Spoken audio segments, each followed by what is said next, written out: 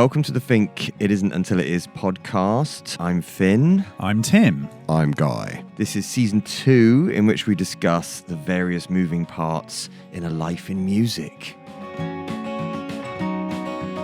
So season 2 of It Isn't Until It Is FINK podcast rolls to a natural conclusion.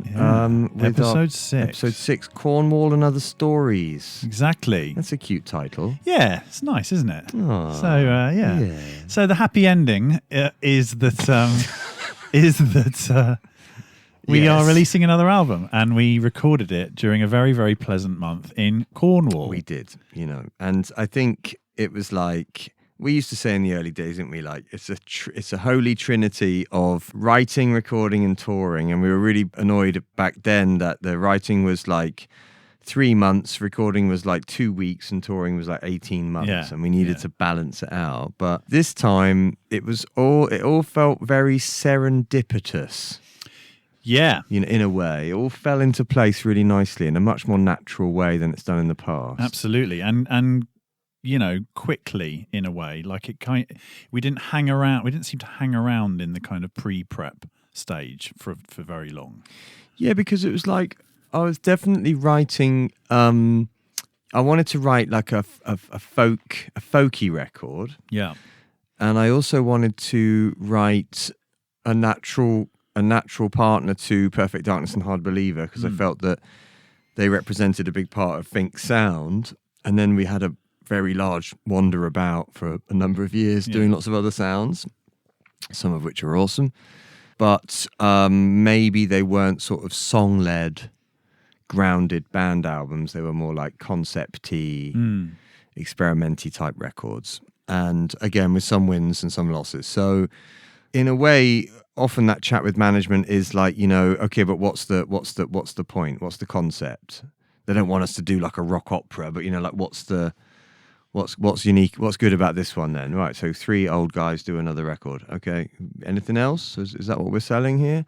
And when I started to write these folky songs, we didn't know where we were going to go, did we? And we were almost thinking maybe back to Billy Bush in LA.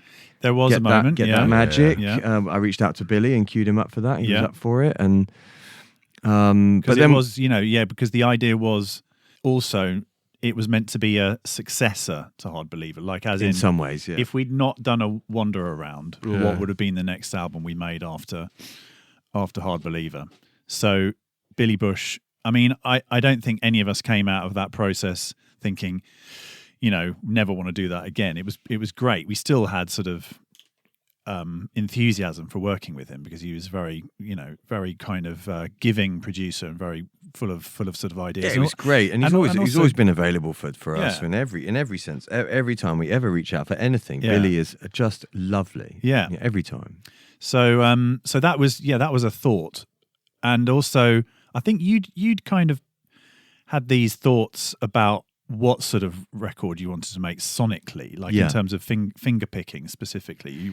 I watched that Moon Age Daydream documentary by Bowie and had a massive Bowie moment, and was definitely kind of like, if you're in your comfort zone, you're in the wrong place. That was one of Bowie's mantras. Yeah. And the other one was like, it's from Bowie again, was like, where you should be as a creative is you should be like out to sea, but your feet can just about touch the ocean floor, just your tippy toes. So that you're safe, but you're also kind of like on the edge of not safe. And that's a great creative space to be in. That's just a good spot, right in between safe and not safe. And so every song I approached, I wanted to make something I wanted to write a really beautiful song and so on. But I wanted to, in every song, try and do something that I found really hard. Right. Whether it's singing in a much higher than I normally do, or finger picking something that I can't possibly play, or writing something that's, something that I've never written before in a way I've never done it before, just to keep me out of my comfort zone. But the last piece of the puzzle was like, okay, where are we going to do it? And does this mean something? It probably does. So if we did it in LA, it would sound a certain way. If we did it in London, it would sound a certain way. If we did it in Berlin, it would sound a certain way. But actually, it all came about because the Cornish element came about because I'm Cornish and my parents and my family live in Cornwall, and I come home quite a lot and I fly to Cornwall quite a lot. And it's not easy to get to Cornwall, so it's a flight and it's a hire car and it's, it's expensive and, and if you come a lot, it gets quite expensive. And, especially if you come at Christmas, they gouge you, in every possible way. So I reached out to a friend of mine, Rich Thomas, and said, do you know any studios in Cornwall that I can talk to? And he was kind of like, not really, no, but there's one guy I've heard about in Zena who's ex-Abbey Road. He's bought a church, an old chapel, and he's doing it up. You might want to reach out to him. So reached out to Sam O'Kell, and sort of, this was in June or something, and I sort of said, is this a thing? Yeah. And he was like, yeah, come over. And so I went over to the chapel, and it was a building site, absolute total building site, but the control room was done. Right. And there's no live room. And I'm like, this is, this is not really a recording studio, is it? It's more of a residential mix down suite thing going on. And he was like, yeah, I'm not really into the concept of like recording bands. I'm more like, if you want to do a mix, you can come down with your manager or something. You stay upstairs and I'll do the Atmos mixes and stuff. And great plan. Totally get that. Yeah. But the kitchen, like dining room area, if you got rid of all the stuff, was big enough for us to squeeze into. And we're not an ego band when it comes to studios at all. We know that it's not about where you do it. It's about doing it.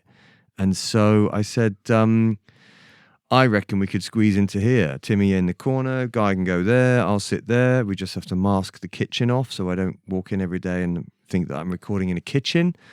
And do you think it'll be ready in time for October, which is when we want to do it? And he said, yeah. He said, yeah, it'll be ready. And then you guys went to see it. Yeah. Because I said, I wanted you guys to see it just to be like, full disclosure, it's a building site. Yeah. But he says it's going to be ready in time. Just go check it out. And can somebody check me here? And so you guys went to see it. Yeah. And you guys were like, dude, it's going to be great. Yeah.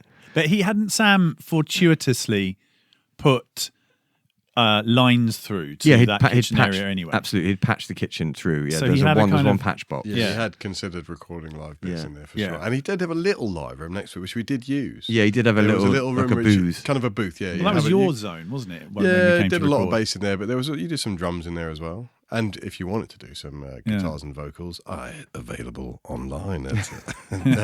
No, it was very good, very good. I thought the place was lovely when we were. Well, this is the thing, right? So it's like, we didn't want to record an album where the studio was a massive instrument in the record. It wasn't like going to Floods of Salt and Battery or something where you're like, wow, this studio is part of the fabric of the record. We just wanted to go somewhere, play, sing, and mix. And so we could do it in a chapel that was just been built, kind of a vibe. And for me, the most amazing thing about it was I can be back home. It's where I'm from, and I feel really comfortable there. Yeah, and it fits into the whole grounded folk song-based records in a way that Hollywood wouldn't, in a weird way. Yeah. And so as soon as Sam allowed it to be affordable and doable and in the time frame we wanted, all of a sudden the record suddenly blossomed and it made a lot of sense. It really did. It came into focus. Yeah, because it was a destination. It suddenly became like, that's what we're doing. That's where we're doing it.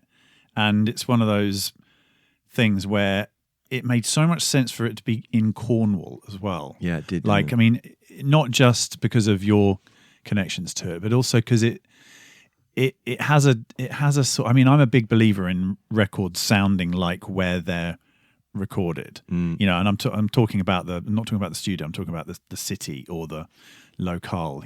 So for it to be in Cornwall, and particularly in that bit of Cornwall, it's so wild, so remote, and it really, as we will discover, it informed choices into what we did on the record. We had this kind of, is it Zena? Yeah. No, yes, it is. No, it isn't. We don't do that. Keep it Zena. Keep it Zena. So we went down to see it about 3 weeks, I think, before the actual date, and it was still a building site then. Yeah. But Sam was like, no, it'll be fine. Yeah. It'll be fine. He had a team of men working. He had every tradesman in the area Yeah. at that place, I think. Yeah, and yeah. When I expected to walk in on day one into like a site that really stank of paint with like plaster dust everywhere, but it didn't feel like that at all. Not at all. I mean, there was some funky smells when we put the wood burner on for the first time, Right? Because that hadn't been used before. Yeah. And there's definitely some paint getting burnt off, everything about that was so nice. And Sam's a very mellow dude. He's got nothing to prove. He's very successful. Got a couple of Grammys on his mantelpiece. Yeah. He's very chilling. And Andy, the engineer, which was a real kicker as well, it was the fact that he's also incredibly capable producer in his own right, Yeah. ready to go, happy to hang. Definitely. And we had a month. Yeah. Which relatively, every album we've done has had a different sort of time, sort of dynamic going on. But we are used to doing a track a day. So a month is like we had a week of rehearsal and then 2 weeks of tracking and a week of mix. And the thought was we arrive with nothing and we leave with everything. And strangely enough, it actually went down that way. Yeah. I mean, I could have definitely done it another week to do some extra stuff. And I listen to the record now, I've always got more ideas. Yeah. But not another month, we would have overcooked it. We would have burnt it. I think so. I mean, we did some good... I loved doing the demos this time around, because actually, this is the first time I've had this where I've had my own studio. So I've got my own little space in London now, which was perfect because you could send me your bare demos and I could actually put on them what I would put on them in the studio. Yeah. And I loved that process. That was like my favourite time of doing that, really, on any record we've done, Well, and coupled with the fact that this for whatever for lots of various personal reasons, but for I've come to the realization on this record, at least, that if I write a really beautiful song that I think is really great and you drum on it and Guy plays bass on it, that's what FINK is. Right. Rather than trying to chase some other dream or some other band's sound or some other band's numbers. Yeah. What makes FINK is I sing a song and you play drums and guitar and Guy plays bass, and that's what it is. So, and for some reason, that's all I wanted. Yeah. Didn't need anything else. No, sure. So I couldn't possibly be disappointed with any deliveries, be it from me or you, because it's like, well, just do what you would normally do, and that's what we are. Yeah. It's almost like a nice grounded moment of like self-realization in a way that was a perfect kind of timing. So, and the demos just started to, I had to kind of diarize the demos a little bit in a way I've never done before, because normally I'll just be like, I'll just write songs and then when we got enough we'll go in. But this time it was like, no, you got June, July and August. And demo everything, and then October we're in.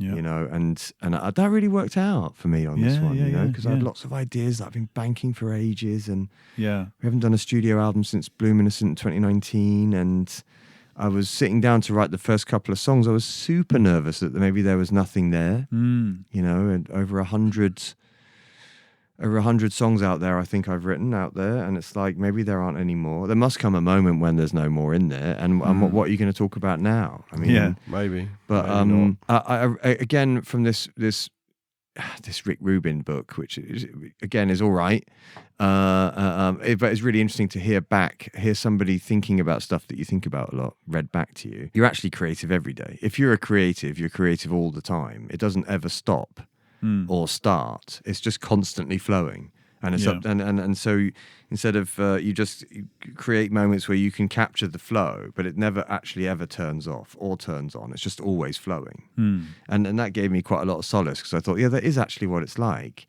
If I sit in the studio for long enough with the guitar in my lap, a song will start coming out. Yeah. If I've diarized 90 minutes to write a song on Tuesday, it probably won't, because I'll get there being like, right. And then you're not in the mood, and that's that day gone. And then you beat yourself up for not delivering on that day, and you're into this vicious spiral of, oh no, maybe I'm never going to write another song. Yeah. But I found it really like comforting to, especially in the early days of recording this record in Cornwall, to get up, go for a swim in the sea at 7 a.m, wake myself up pretty hard. Yeah. And then, put on some denim and come to the studio, and then we'd do some rehearsals. And you guys were living in the studio. Yeah. Which was even more amazing because you were just upstairs. Yeah. Which is It so was amazing. cute. It was so amazing. And then, we were, as you said yourself, you go down in the morning to make a cup of tea, and you already are walking through leads on the floor, past guitars, past drums, and you're like, well, this is obviously what I'm doing today. Yeah. Because I can remember that studio really clearly. Like, I can't really remember some of the others. No. I mean, I remember the Bloom Innocent experience was quite isolated because I was tracking it all in my studio and flying in sessions and flying in stuff. And we were trying something new. Yeah. And it did come out slightly disjointed. I think there's some of the best stuff I've ever done on that record. Shame the public doesn't agree. But like, it felt a little bit disjointed from our perspective. This record is the total opposite of that. It feels like three guys in a room playing through the songs that they've just rehearsed. Yes. And that's like a really nice, filterless experience. Yeah. Whereas maybe before we've been chucking filters on because we want to be a bit more like this or we want to be a bit more like this. But this time it's just like, we're just going to be ourselves. Yeah. Because what else? It's got a purity to it for sure. But it has to be said that I think that the level of songs that you brought to the table are very consistently good on this. Nice. Thanks, man. And I think if we could have had all these thoughts and all these kind of vibes and exactly the same recording experience, but if the songs hadn't been as good, it wouldn't have ended up being as good. So, definitely. Yeah, I mean, thanks for that, guys. I mean, I think, again, it's like, as a creative, it's like where you are in your life directly reflects itself in the material that comes out of you. Yeah. And I think now I've got more clarity than I've ever had in lots of areas of my life through some serious lifestyle changes that I've initiated over the past 5-6 years. And it's nice to sink into a record at the end of that process, because it means that when I'm sitting down to write a song, I'm trying to genuinely just write a song that I think's great. Just me, just only me. Not even you guys, not even wife or nothing, just literally me.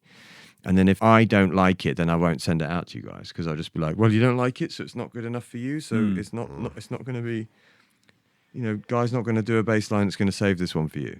Not like other tracks we've done where I've sent it to you and your bass line has saved the song, or something like that, where you go, okay, now I really like it because the bass line's really cool.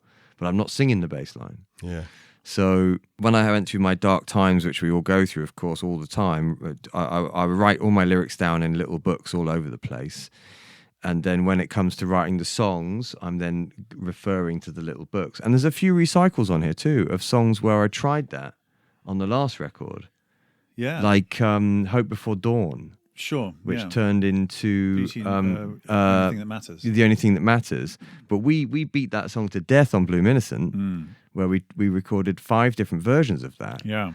And couldn't get it to the finish line, not even close. I was really frustrated because for me that was title track of the album. Right.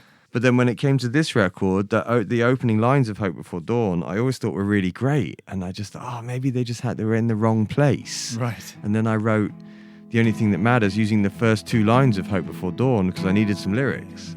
And then it's like, hasn't even got the lyrics Hope Before Dawn in it. No, I don't know why I still call it that. They're good. They're good lines, though. Is this the song you wanted? Or just the song you got?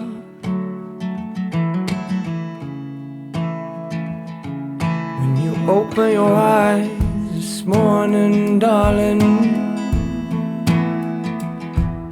There's another one from Hope for Dawn, which is when I see it through your eyes, I see everything different. Right. And then it kind of goes Knees in the Way, which is how Hope Before Dawn went. Oh, yeah. So that's when One Last Gift. Yeah, One Last Gift. When I see it through your eyes, I see everything different. Was from Hope Before Dawn. Right. If I could see it through your eyes, I'd see everything different. And then, what do you call it? Don't Forget to Leave is some of what used to be called Heavy Hearts. Oh God, yeah. So don't forget to leave again a recycle from. That's a recycle from Resurgam. Yes. Where I was chasing down the Mumford sound. Yes. For whatever reason, and I wanted to do a kind of Americana foot stomp tambo type sitch, and we didn't nail it.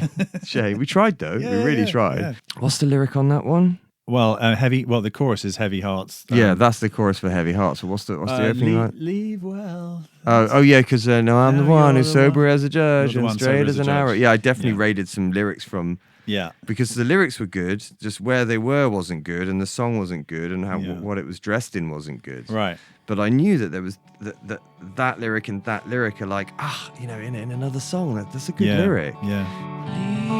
You will. That's all you got now. Now you're the one who's sober as a judge, straight as an arrow. It's okay when you've done enough songs, as many songs as I have. You've got a few bits and pieces lying around, but also the joy of just picking up a guitar and finger picking some real nice major chords wasn't lost on me at all. I really loved that process on this one. Because I just, through my adventures, I got really into this D major tuning, and it just helped me keep it quite folky, but with enough Americana to keep me interested. And I'm not trying to make a kind of, like a Morris dancing type of a folk record at all. Because I'd love to, but it's not me, like naturally who I am. Yeah. But who I am is a bit of that and a bit of this and a bit of that and a bit of this. And one of the nice things about recording in Cornwall as well was that it was familiar for all of us. When you go to Co-op to buy some food or something, it's familiar food. You're not going to a strange land where everything's strange and you don't speak the language which has its benefits as well. But like I guess the whole point of this is because we wanted it to sound familiar. Yeah, no, and I think it does. In a nice way, it sounds. I think it might be one of those records that when you listen to it, it almost feels like you've already heard it, kind of thing. Yeah, I think so. In a nice way. Yeah, I mean, the track. The only thing that matters is supposed to be very familiar. The structure of it is supposed to feel very like a familiar couch. Like I've sat in this couch before, and but hopefully the lyrical content and what we've done with it. Yeah, I mean, also we made some decisions on this record where we just go, what's the best thing to do on this one? Yeah. And if the drum beat should just come in there and be nice, then that's all we need to think about. Does the drum beat come in there? Yes. Is it nice? Yes. Okay, great. Let's not try and go, but I don't know what a Pitchfork going to think about that. Or like, but what would Tom York do on his first solo album with that? Or any of these kind of there wasn't anything really like that, was there? It was more like what would the one thing we did have was we had the album cover of the Graham Nash. Graham Nash, yeah, absolutely. That was important. Yeah, this Graham Nash album called Wild Tales, and the cover. I bought this record shopping in Rome. Yeah, and they had this record store where the staff were unfathomably moody. Actually, I'm not going to mention which store it was, but they had this like massive section of secondhand records, and it was like they were all priced individually, or you could buy 10. For $50. Oh, right. Wow, okay. So, get 10. So you can make loads of risks. You can find one or two good ones, and then the rest is just like, whatever. It's got a spaceship on it. I'll buy that. It's got it's got like a pair of headphones on that one. I'll buy that. Whatever. And so I went through this entire fucking store because I had all day, and like what I do whenever before soundcheck all the time. And I dug this whole store out, and in there was this Graham Nash record. And the cover looked amazing. And I'm like, if the music sounds like what this cover looks like, this is going to be my favorite album of all time. Sure. It doesn't. Unfortunately. It's a great photo and an amazing album cover. But the music doesn't represent that. Doesn't represent what that photo sounds like. But I pulled that into the mix to sort of say, I would love to make a record where if you look at this cover, it sounded like that. I don't think we succeeded at all, actually. But it was a great place to start and to keep us focused. I think it was a good, again, talking about things not to do. It was a good example of what not to do.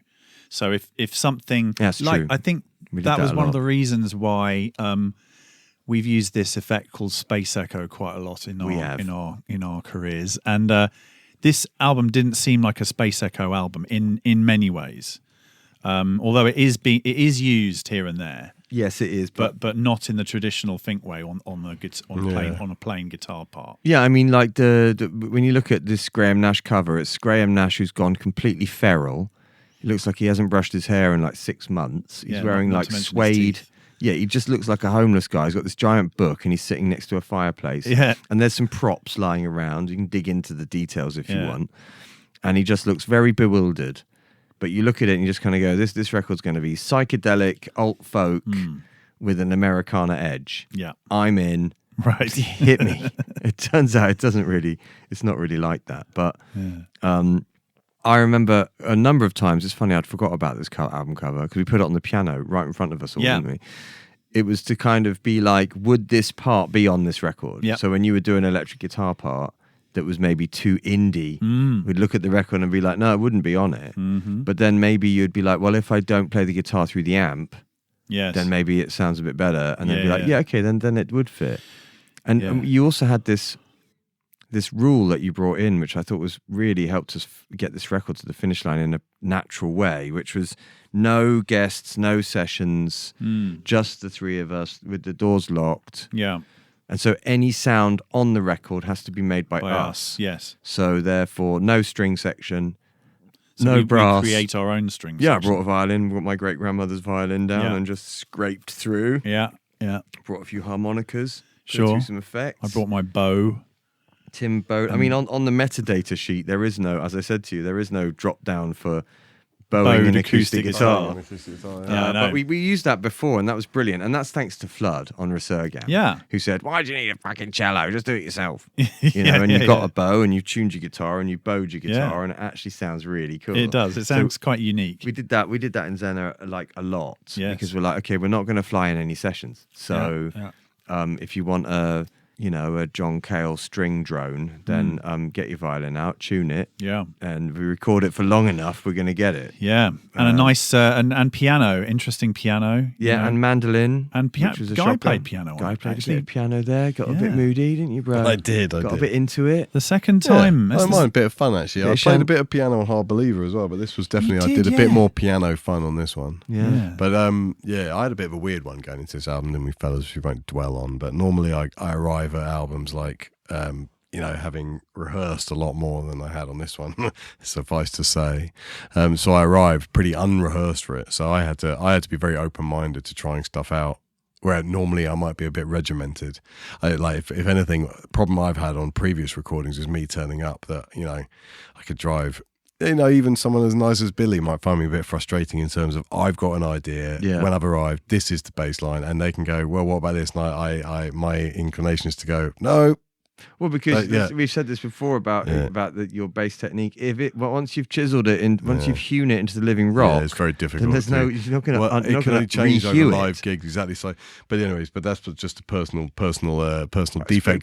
But Sam said it's not a defect at all. I think Sam said, a guy's got a really unusual process, isn't he? And I'm like, yeah, he has. It's really unusual process. He's just going to sit there and do whatever he wants and wing it and find a way through. Well, in that process, he's going to find something really cool, and we'll go, oh, dude, and then that's the bass line, and that's Guy's process. Yeah, he won't be at home working shit out, Yeah, on this one, that was exactly what happened, and so it was good. It was terrifying, but also really amazing and brilliant in a lot of ways. And I think that's how I ended up playing more piano as well. Was like I can have a go on this because I'm more open-minded. Before I'd have been like, no, I'm not doing that. That'd be ridiculous. When there's only three of you and you've got a lot to do and a lot of ground to cover, we all have to jump in and do, or we don't do any drums. Yeah, true. But we easily I would love to, exactly. Easily could have done it. I mean, we Monkey did some could percussion. do that. I always like that.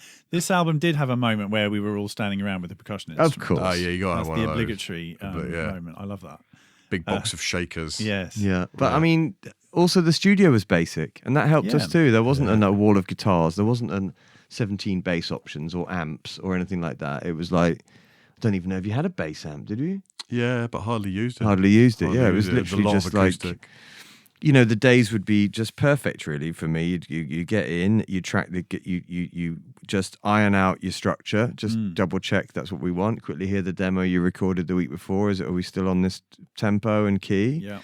And then maybe we kind of slotted into a routine of, okay, I'll lay down the guitar guide. Well, I'm already here. I might as well lay down the vocal guide. It turns out neither of them are guides. Right. So who's next? And then it would just be, and it was just a beautiful thing. And then we'd get to sort of 4:30, and then we'd be all tracked, and then we'd be like, okay, any other business, any other ideas, BVs, and it was pretty speedy. It was nice, in a good way, you know. But I mean, it was quite brisk. I remember sort of thinking. I mean, we had that thing of like going back and repainting the song that you'd done a week ago, and, you know, hearing it and thinking, oh, we need to add this now, and that was quite nice. The moment where you get to, right, we put all the basic tracks down, so let's add the other things now, and it turns out there was quite a lot to add. Like there were certain bits of the songs, like that Bloom moment in Beauty, the Only Thing That Matters, where it was like, okay, well, we can actually do quite a lot on this moment. Yep.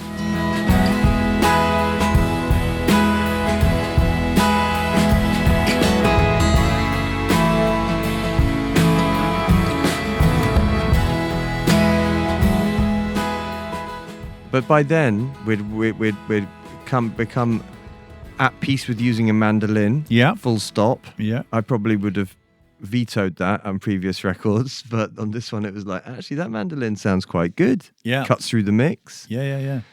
And it's almost a percussion instrument, isn't it? Yeah, we've got to get one. We've got to get an electric mandolin. It's got to happen.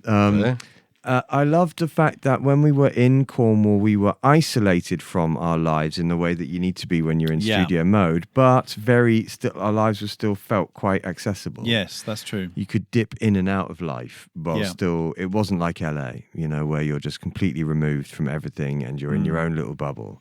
Yeah. And almost, if you're recording in a old Methodist chapel in the middle of West Cornwall's, like medieval environment where there's literally Guy saw a cow being born, next amazing. to the studio on day one. It does take you out of the whole kind of like, so TikTok, what are you doing? You're like, I'm watching a cow being born. Yes. So, and then I'm going to play some folk music, and then I'm going to have a pasty. You're out of the rat race element, which is a great driving force when you do records in LA. It's part of the gig. It's like, I'm here, wow, oh my god, anything's possible, whoa, American dream, yay.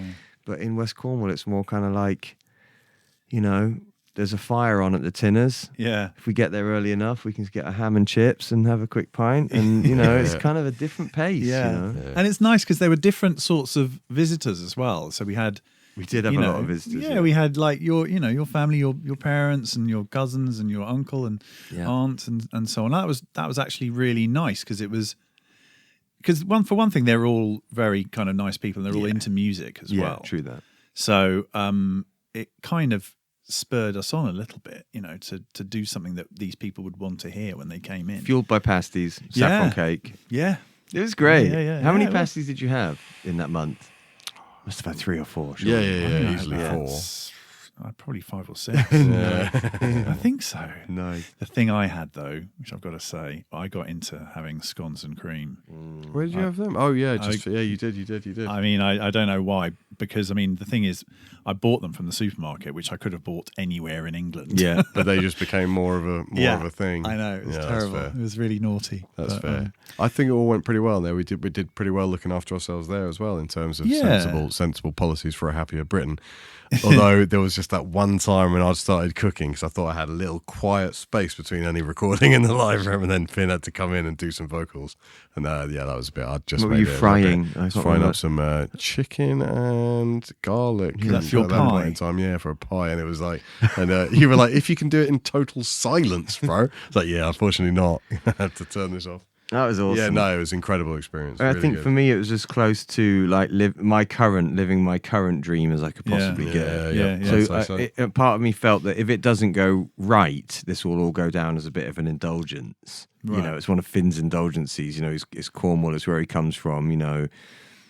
Like my first room that I slept in was within 5 minutes of our studio. In St. Ives, and I stayed at my parents' house every night so I could get all of that love and affection. It was lovely. It was gorgeous. And the only downside for me was that it got a bit cold to go swimming mid-October. It did change, didn't it? Yeah, but I felt myself getting a cold. Right. And like that can't happen in 2 weeks of tracking, so I stopped. Yeah. But, that was another thing, a nice thing about we did see the season change. It was a bit like when you go on tour in the autumn and you start and it's really kind of nice and warm. Yeah. And then, you finish and you're in your coat and scarf. And it was like that as well. But the other thing I thought was really great is that we finished it there too. Yes. So we mixed it. That was important to me.